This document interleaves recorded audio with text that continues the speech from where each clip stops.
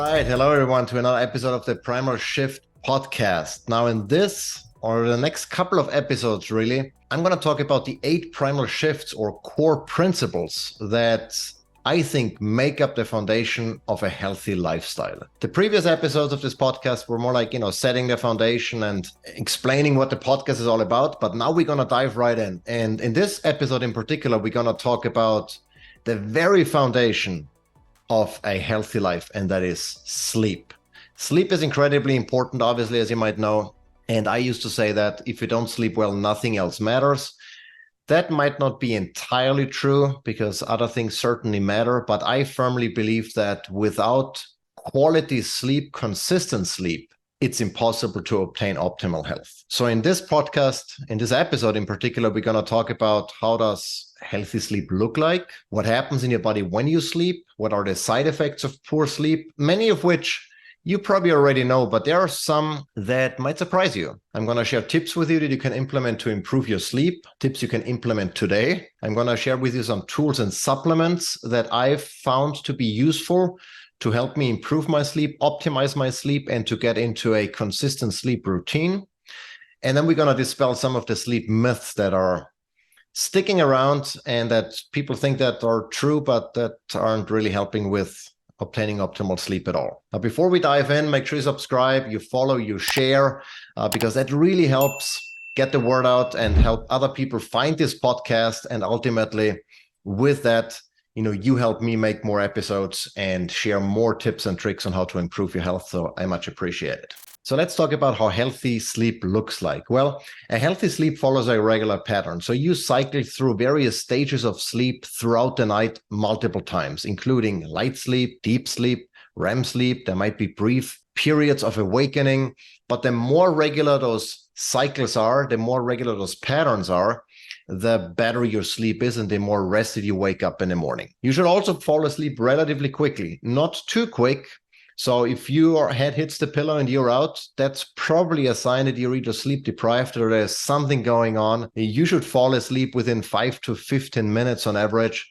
So it shouldn't take you an hour to fall asleep. If that happens, then there is something funky, maybe with your hormone release, with your melatonin release, or with some other things that we're going to discuss throughout this podcast. You should also be sleeping through the night. I mean, you're not a baby anymore, so you should not be waking up and staying awake for hours at night. You should sleep through the night. And yes, of course, you wake up regularly, in fact, but most of the time you might not remember those awakenings. They're very brief and basically just, they're just a transition between the different stages of sleep. If you wake up several times a night and have trouble falling back asleep, if you're up for half an hour, then something is going on that can likely be fixed with implementing some of the tips that I'll share in this podcast with you today. And when you wake up in the morning, you should feel rested and you should be relatively alert, at least after about 30 minutes or so. Within the first 30 minutes, you should be ready to roll, alert and full of energy. If you're still sleepy and walking around with one eye closed 1 hour after waking up, something is going on that probably needs to be addressed. But if you wake up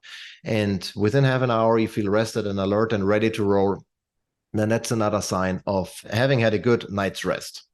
So what happens in your body when you sleep? Well, a lot happens when you sleep. Sleep is not just time where, time wasted, where you're not doing anything, where your body isn't doing anything. Quite the opposite is the case. There is a lot of stuff going on inside of your body when you sleep. There is, all the physical repair that happens, all the cellular pruning and renewal and getting rid of dead and damaged cells and repairing muscle tissue, repairing any tissue in the body really that needs repair. There is memory consolidation going on and synaptic pruning. So there's a lot of cognitive work that your body does while you sleep, in particular during REM sleep, or rapid eye movement, or REM sleep is when a lot of the memory consolidation is going on. It's a very active phase of sleep where your body is doing a lot of things.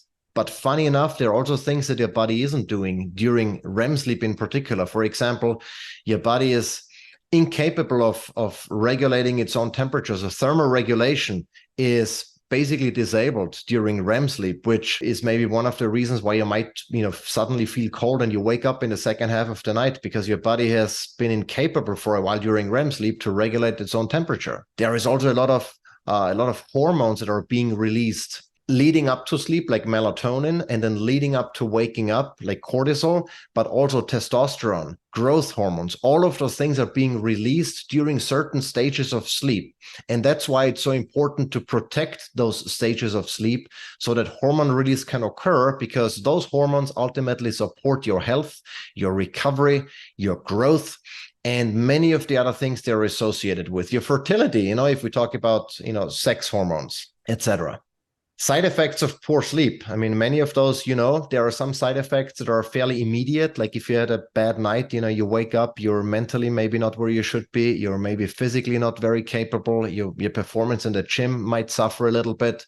Those are all things that are manageable, I want to say, if they happen once or twice. But of course, if you have chronic poor sleep over long periods, then you're going to be aging faster, because all of those repair mechanisms that happen while you sleep are impaired. You might suffer from cognitive decline. Your brain function will decline if you don't have high quality sleep every night. Your sex hormone levels, or hormone levels in general, are going to be out of whack. So you might have low testosterone, which can lead then to impaired weight loss, which can lead to,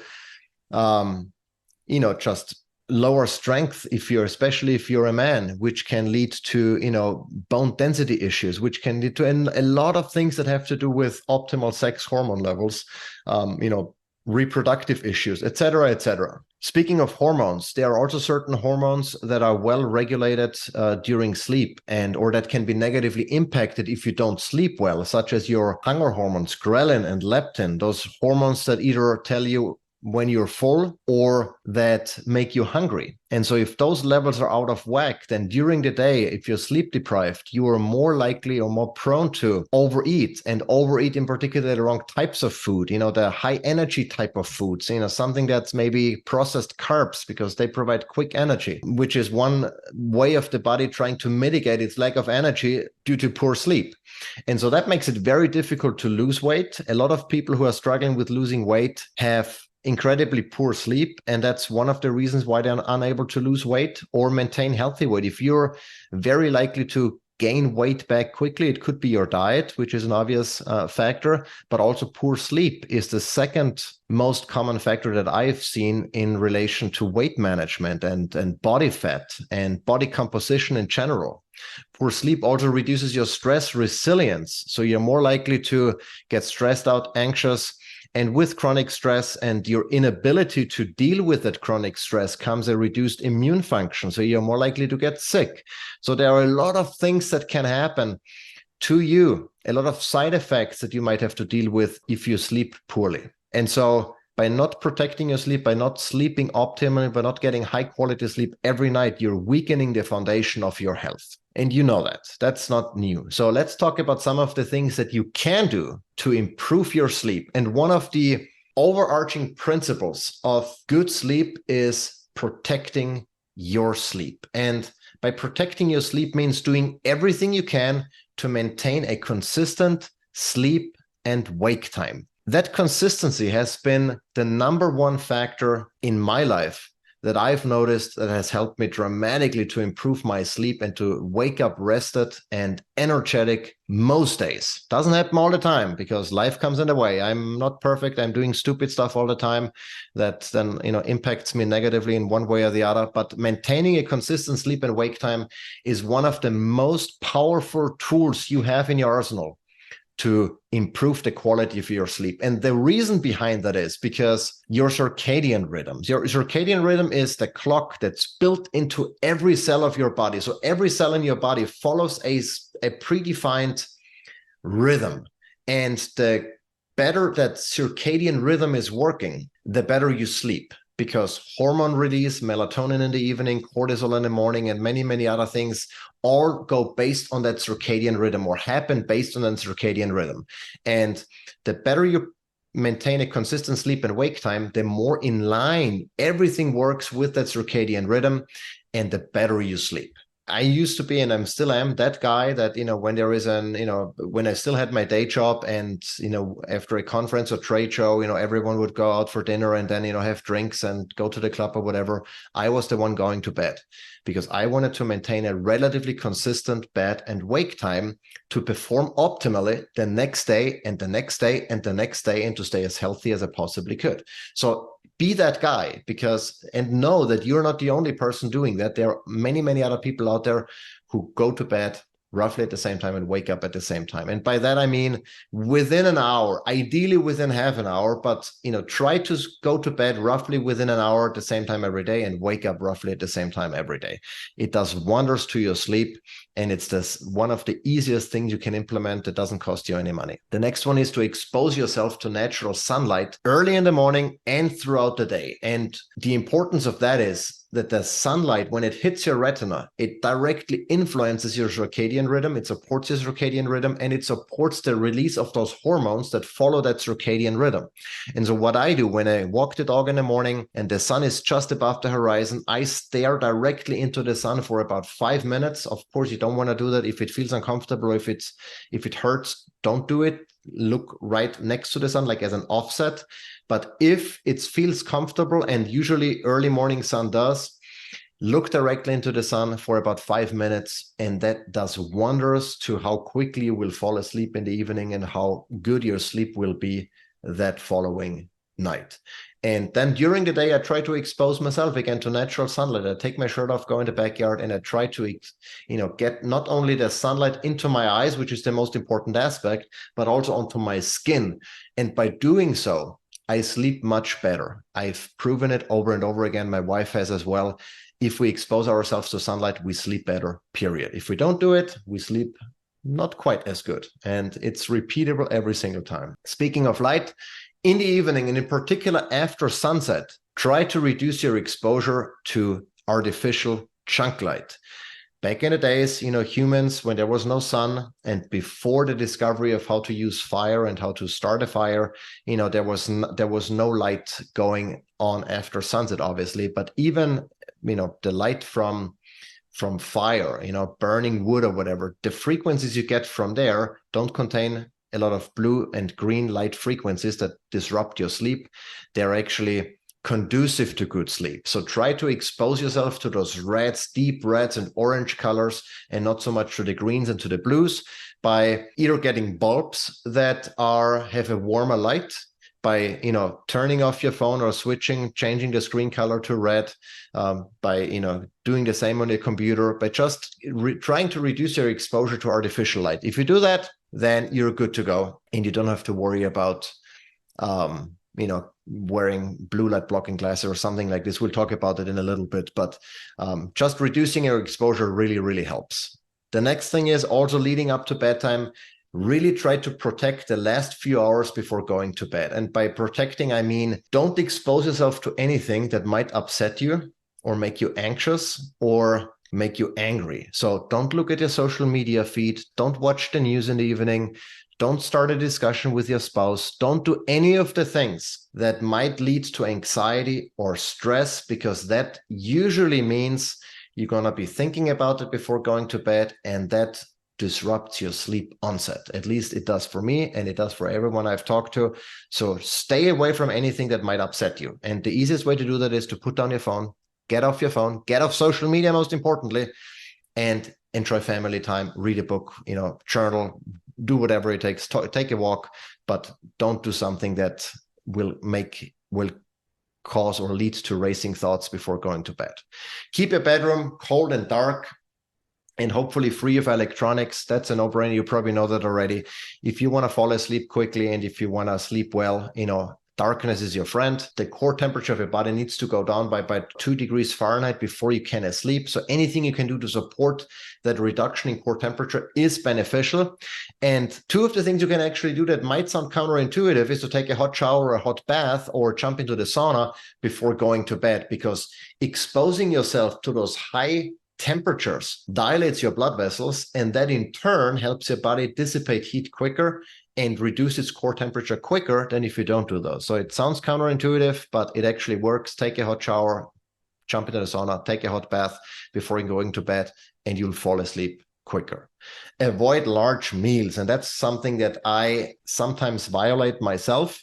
But eating a lot of food before going to bed is a bad idea and a recipe for not being able to fall asleep, because your stomach is working hard and digesting. And even though, when you go to sleep and relax, rest and digest, your parasympathetic branch is the one that's supposed to be active at that time. But you can overdo it. If your stomach is too full, your body needs to work really hard at digesting. So I would give it, best case scenario, 4 hours between your last meal and bedtime to ensure your stomach is empty and you can fall asleep without any issues. Again, if you need to eat late, I would recommend having a small meal, something that's easily digestible, and eating then the next morning. And there is also nothing wrong with fasting. If you come home late, you don't need to eat. You'll be perfectly fine skipping that meal and sleeping better. If you're on a business trip and you're out with your boss and you have to eat and there is nothing you can do to avoid having that late meal, then I would actually wait a little bit before you go to bed to help your body digest. It'll probably help you fall asleep quicker then. Don't consume caffeine in the afternoon. I mean, I know many people think that, coffee doesn't harm them, that doesn't impact them. It does. Caffeine impacts everyone to varying degrees. Obviously, you can be more or less sensitive to caffeine, but everyone is impacted. And so by consuming caffeine in the afternoon, it's a recipe for less than optimal sleep, period. So I typically consume my last cup of coffee, and I have 1 or 2, usually before 10 a.m. So anything later, and I can tell that it impacts my sleep, even if it's only a tiny bit, but it does. Avoid alcohol. As we talk about it in the myths, but alcohol might help you fall asleep, but it is disruptive for the rest of the night. It impacts your REM sleep, it impacts your deep sleep. It's not conducive to high quality sleep. So avoiding alcohol before bedtime, at least give it a couple of hours if you want to have a glass of wine or whatever, and your sleep will thank you. So those are some of the tips that you can use. Now, there are not everything is easy to implement for everyone every single day. And there are circumstances where, those things you might not be under your control, like when you're traveling. And so I want to give you a couple of tools and supplements that have helped me to optimize my sleep. They're not meant to replace a consistent sleep and wake time or a consistent sleep routine and proper sleep hygiene, but they can help you mitigate some of those issues as they come up along the way. And one is, and that's actually something we are doing regularly, is to supplement with magnesium. I'm going to link down in the show notes, not only the tools and supplements that I can recommend, but also more resources about sleep hygiene and improving sleep quality and stuff overall. So check those out if you want to learn more.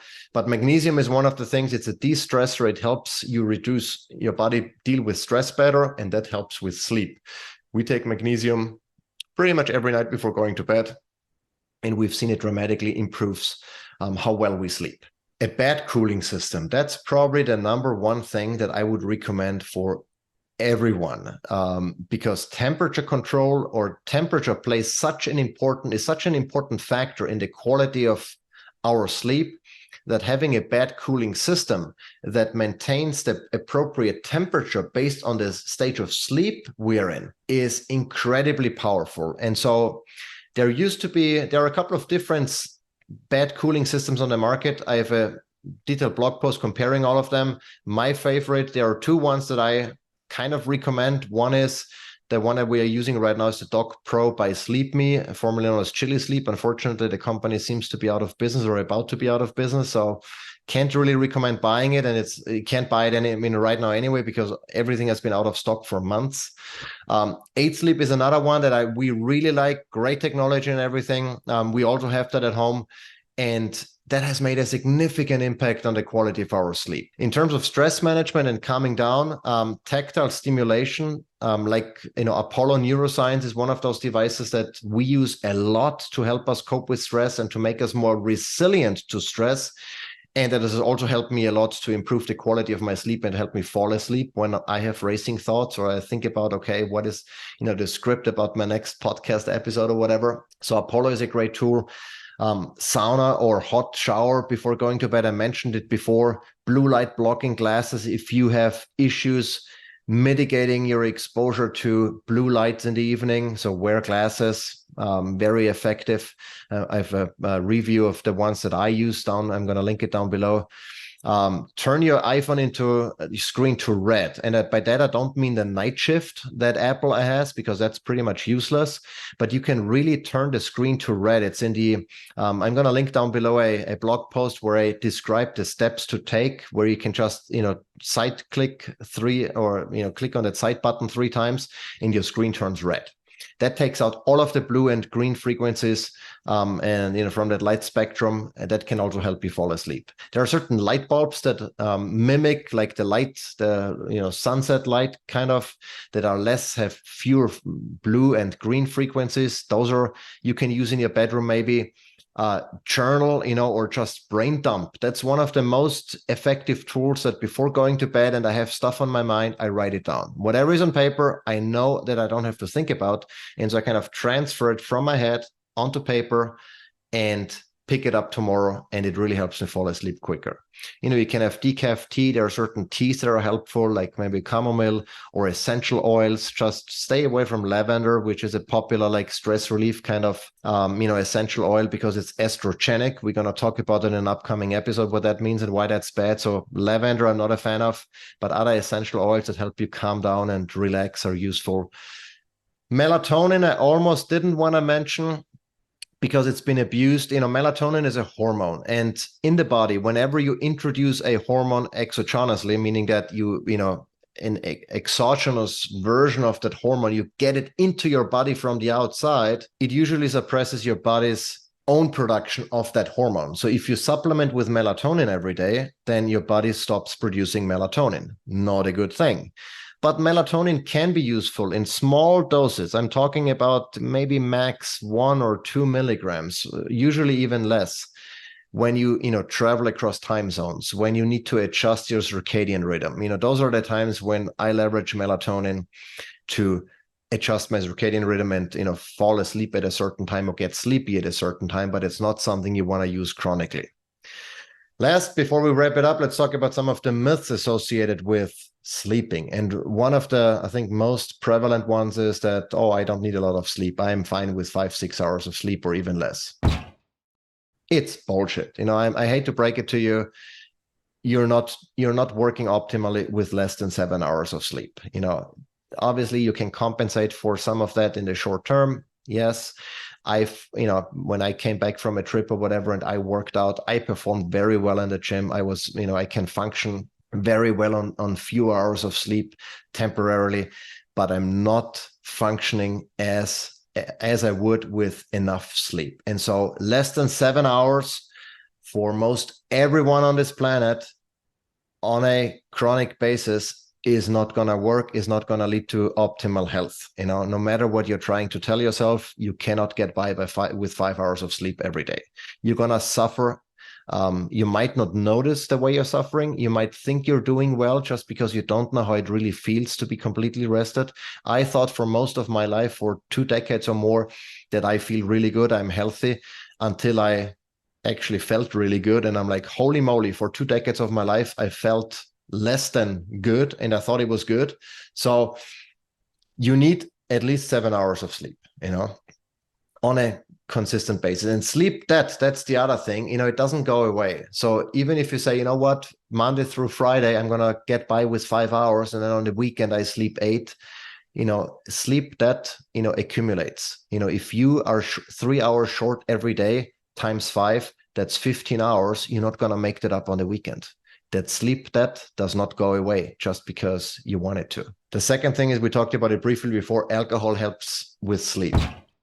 It might help you fall asleep because it's a sedative, but when alcohol gets metabolized, it actually acts as a stimulant, or the metabolites are stimulating. And so that negatively impacts your deep sleep or your REM sleep, depending on when you drink. And so now alcohol is not conducive to good sleep. No matter how you spin it, your sleep quality will suffer if you drink before going to bed. Being on your phone helps you fall asleep. Even my wife says, but reading, some stuff before going to bed, helps me fall asleep. Here is the thing. If you need your phone, to fall asleep, or if you need your phone first thing in the morning, or both, you're addicted. Something is wrong with you. I had to break it to you. You do not need your phone to fall asleep, But if you feel like you do, that's a sign of an addiction, and you need to break that cycle. And what I've done, and I'm not taking myself out from that. I'm not, I was in that same situation where I used to look at my phone last thing before going to bed or before falling asleep and first thing in the morning. And at one point I realized I feel like I need this. And whenever I feel like I need something, it's a sign for me that I have to stop doing this because it's not good. And so I put my phone away. Now it goes at around 6 p.m. maybe. It goes into my office. It goes into airplane mode, and I'm done. I'm not gonna look at my phone right before going to bed, and I'm not gonna look at my phone first thing in the morning. And guess what? I fall asleep just fine, and I wake up just fine. I don't need my phone. You don't need your phone. It's a crutch, basically, that it's like a pacifier for a baby. There is a time when it's to remove it, and same it goes with the phone. Caffeine, I talked about it before. Yes, caffeine does impact you. Having a coffee after dinner or with dinner is a very bad idea unless you want to have less than optimal sleep. The other thing that I hear a lot is, it's okay to cut sleep short, if you can work out in the morning instead, because exercise is important. And yes, it is important, but it's not more important than sleep. Don't cut your sleep short to go work out. Not bad idea. Don't do it. Sleep is more important than exercise. Sleep aids and melatonin. I talked about melatonin already briefly. Sleep aids are real sleeping pills. They don't help you sleep well. They knock you out. They make you unconscious, basically, but they're not conducive to optimal sleep. You're not going to get your REM and your deep sleep that you need if you're on sleep aids. If you need sleep aids, you need to fix some of those other things we talked about before to get optimal sleep without needing any of that. Now, melatonin again is an exception. If you're traveling, if we change daylight savings time or whatever, and you need to help adjustment, melatonin is fine for a short period in low doses, but nothing that you want to take consistently and periodically. Now, with that, we're going to wrap it up. Before I let you go, again, I want to, shout out to MK Supplements. That's the brand that I launched now, I think 2 years ago. We produce grass-fed, grass-finished beef organ supplements, the best sources of micronutrients like vitamins and minerals. And MK Supplements helps me make this podcast happen. So I have to thank my own brand for supporting my effort here for paying for some of the time that I invest in making this podcast. So thank you very much. Check it out. I'm going to link it down below, including a discount code if you want to try out MK Supplements, which would be highly appreciated. You directly support this channel here, this podcast. Check out the description, the show notes. And with that, we're going to wrap it up. I'm going to see you at the next episode. We're going to talk about the second primal shift that's super important for optimal health. So stay tuned.